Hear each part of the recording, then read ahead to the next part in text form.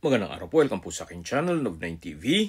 Patalasasan po, meron po ba kayong mga properties na napapabayaan or non-performing assets? Plan nyo ibenta, pero wala kayong oras sa pagbibenta nito.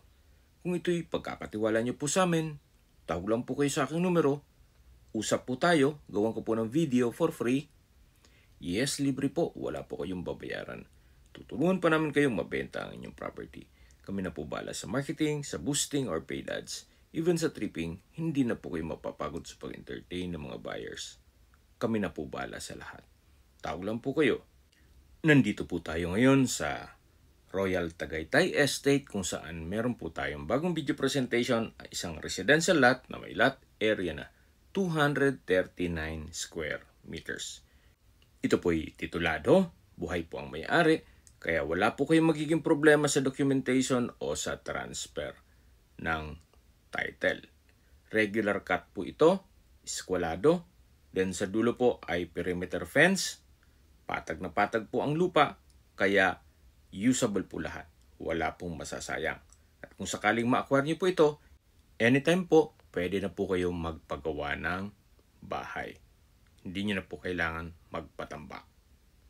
Nasa loob po ito ng isang exclusive subdivision na kumpleto po ang amenities gaya ng clubhouse, indoor basketball court, swimming pool, parks and playgrounds, at marami pong iba.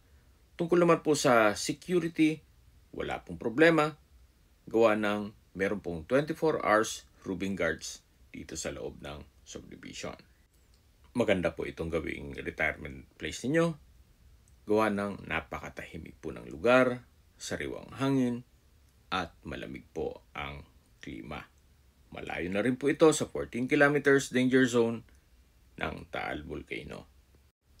Mula po sa Tagaytay-Nasugbu Highway, ito ay 2 kilometers lang. Kaya accessible po ito ng public transportation.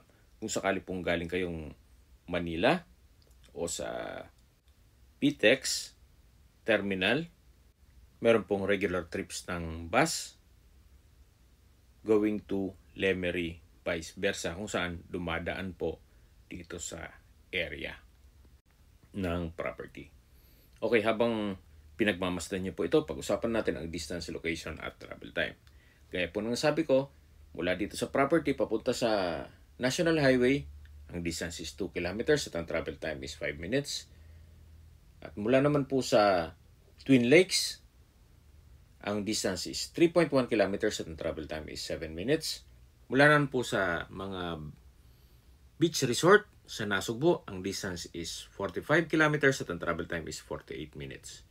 Kung manggagaling naman po sa Mendez Crossing, ang distance is 9.4 kilometers at ang travel time is 18 minutes. At mula naman po sa Tagaytay Rotonda, ang distance is 14.9 kilometers at ang travel time is 29 minutes. Sa Tagaytay Rotonda po ay kumpleto na rin gaya ng malls, hotels, restaurants, schools, church, at hospital. Yan po yung like yung binabanggit sa inyo na dapat nyo i-consider sa paghanap ng property yung meron pong malapit na hospital. Hindi ko naman po sinasabing sakitin kayo, yan naman po ay for emergency purpose lang naman. At mula naman po sa Manila o sa airport, ang distance is 71.6 kilometers at ang travel time is 1 hour and 47 minutes. Ito po yung tinutukoy ko na clubhouse, na kung sakali man na meron kayong mga okasyon, pwede nyo pong ganapin dito kung sakaling residente na po kayo. Okay, sa presyo na po tayo. Binebenta po ito ni owner sa halagang 2.5 million pesos net. Ibig pong sabihin, si buyer na po ang sasagot sa lahat ng taxes at expenses with regards to documentation.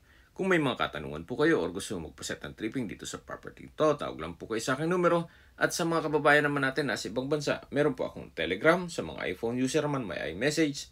Meron din pong Imo, Skype, Viber at WhatsApp. Same number lang po, 0917-316-3399.